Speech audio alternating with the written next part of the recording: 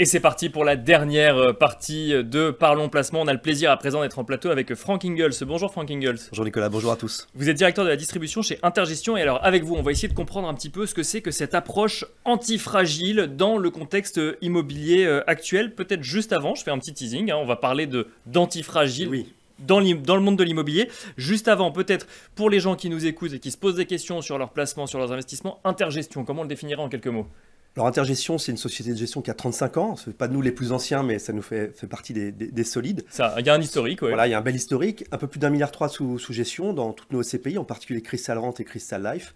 Et puis un mantra, c'est de traverser les cycles en créant de la valeur. Et puis ça va nous amener à justement cette stratégie d'antifragilité. Alors, antifragile, ça veut dire quoi dans le contexte de marché immobilier à l'heure actuelle, Frank Ingels? Alors vous allez voir, c'est finalement assez simple. Ça mérite explication parce qu'on ne sait pas ce que c'est spontanément. Mais, c'est la première fois que j'entends ce terme. Donc, en tout cas, on estime nous être les pionniers de l'antifragilité. Globalement, ça incarne bien ce qui s'est passé sur le marché des SCPI.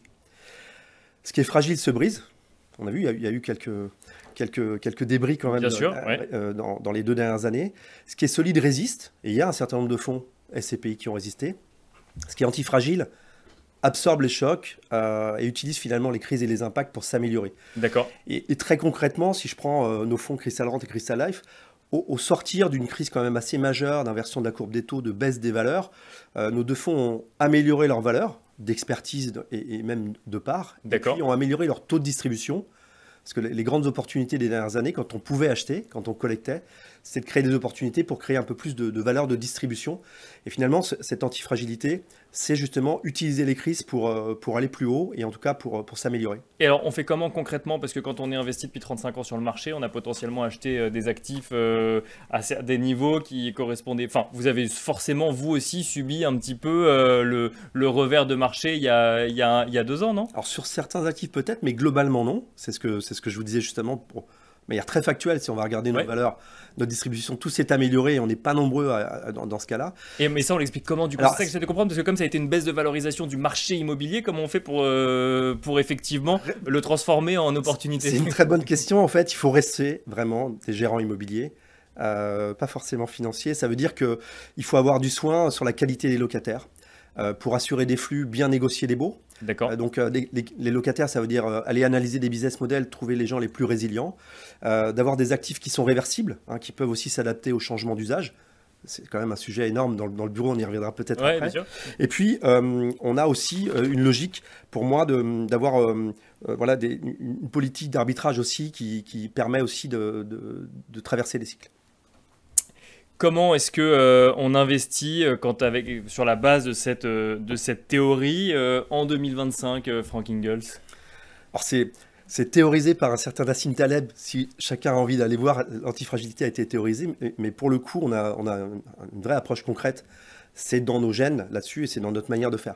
Après, c'est vrai qu'on a parlé de beaucoup d'agilité, d'opportunités. On a eu, nous, avec Crystal Life, un vrai laboratoire d'agilité aussi pour aller chercher d'autres classes d'actifs. D'accord. Ce qui nous semble intéressant, et peut-être pour partager ça avec ceux qui nous regardent, dans les classes d'actifs qui reviennent après avoir été un peu oubliées, l'hôtellerie, dans l'aspect du résidentiel. Il y a aussi les endroits où on peut vivre. C'est vrai que l'hôtellerie, on en a beaucoup parlé à la sortie du Covid, puisque effectivement, ou en tout cas la réouverture des économies. Avant, on en parlait beaucoup, parce que c'était un peu l'attraction forte, c'est vrai. Et là, vous dites, là, c'est une classe d'actifs à regarder à l'heure actuelle. Oui, parce que si on est sur nous, on va chercher des endroits, des emplacements qui sont très matures en termes d'attractivité touristique, avec des acteurs qui sont très forts. On retrouve ce qu'on aime, c'est-à-dire des baux très solides, des acteurs qui sont robustes, des taux de remplissage qui sont forts.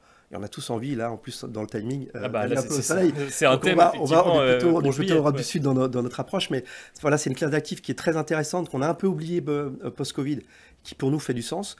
On va chercher des locaux d'activité aussi, alors pas forcément de la logistique, mais plutôt des locaux d'activité un peu plus industriels.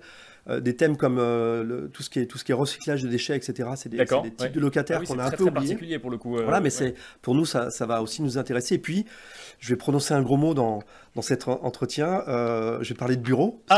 Il y a encore des gens qui investissent en bureau en 2025. Bien sûr, il y a des opportunités qui sont très fortes. Des marchés aussi ont décroché à ISO qualité de locataire, ISO risque d'actifs. On a eu des baisses de 20-30% sur certains marchés. Pour le coup, les bureaux, nous, on a une approche un peu différente, et je m'en excuse à nouveau, c'est d'aller chercher ce qui est à la fois un centre de coût et un centre de profit. D'accord. J'explique, on va acheter un siège social d'une société aéronautique qui a aussi son data center dans les étages inférieurs. On va chercher des numéros 1 mondiaux, enfin en tout cas un top leader mondial de l'alimentation animale, par exemple dans Life Science, qui va aussi avoir son centre de recherche avec plus de 200 chercheurs réunis de toute l'Europe. Donc on va chercher des actifs qui ont un usage mixte et qui vont aussi créer une valeur au long cours.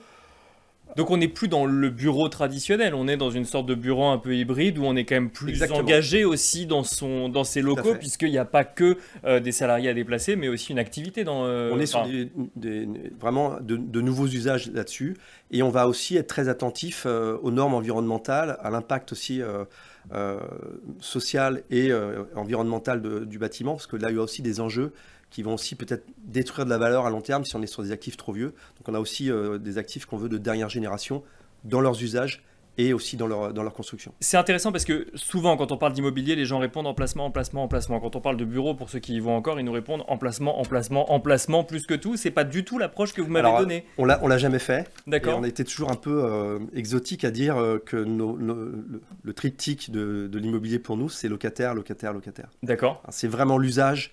La mécanique, le business model du locataire qui va faire la différence au long cours. Et l'expression de ça, c'est quel est le taux d'occupation des SCPI. Il faut aller regarder, on dit ceux qui sont à plus de 90%, on est à 99 et 100% sur nos fonds. On a aussi cette attention aux locataires. On fait nous-mêmes aussi la gestion, le property management. Pour le coup, il faut avoir du soin aussi sur ces locataires, comme dans le résidentiel. Oui, bien sûr. Et alors aujourd'hui, effectivement, si on parle un petit peu peut-être de vos SCPI, on les a cités en illustration, mais concrètement, elles sont investies où? Quelle est la stratégie pour la suite de l'année?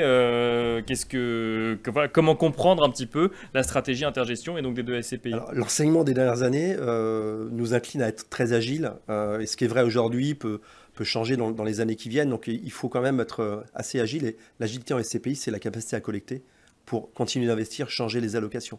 Mais après, globalement, on a un fonds qui est beaucoup plus historique, qui est Crystal Rent, qui a aujourd'hui 14 ans et qui finalement est investi dans les grandes enseignes de distribution, principalement alimentaires. C'est un gros mot avant le commerce. Oui, bien sûr. On s'est aperçu que le commerce alimentaire, post-Covid, c'était ouais. drôlement bien. Ouais. Et c'est un fonds qui a cette régularité, 5% chaque année de distribution, 14 ans, 14% de hausse de prix de part. On est sur un fonds qui est régulier et la performance se joue aussi dans la durée. La volonté qu'on a aussi avec Crystal Life, qui est notre deuxième fonds, qu'on a lancé en 2021. Alors en 2021, tout le monde faisait des spécialisés. On a fait une diversifiée européenne. Et là, plus de 80% du marché est capté par les diversifiées européennes.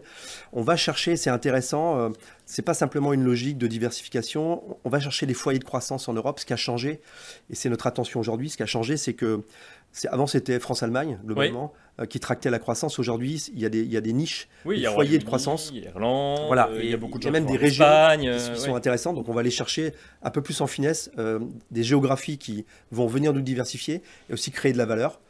À iso-qualité, je le disais, on peut aller chercher des carrefours en Espagne qui sont plus rentables que des carrefours en France. Donc la stratégie d'être uniquement en France, c'est pas une stratégie porteuse selon vous aujourd'hui, en 2025, quand on veut diversifier justement ces risques et potentiellement les opportunités de marché? Alors nous, on fait partie de ceux qui ne disent pas « faites tout sauf la France ». La France, c'est entre 20 et 25% de l'investissement tertiaire. C'est dommage de s'enlever en zone euro un quart des opportunités. Donc on reste attentif, on va comparer les opportunités qu'on a en France ou à l'étranger, mais en tout cas on n'a pas de religion sur toute Europe ou toute France. On choisit par rapport aux opportunités, à la solidité des business models. Merci beaucoup Franck Ingels de nous avoir accompagnés dans Parlons Placement. Je rappelle que vous êtes directeur de la distribution d'Intergestion. Merci à vous également de nous avoir suivis en direct durant ce mois de juillet, où que vous soyez. Vous pourrez retrouver le replay dans quelques jours sur le site de bienprévoir.fr et je vous dis à très bientôt.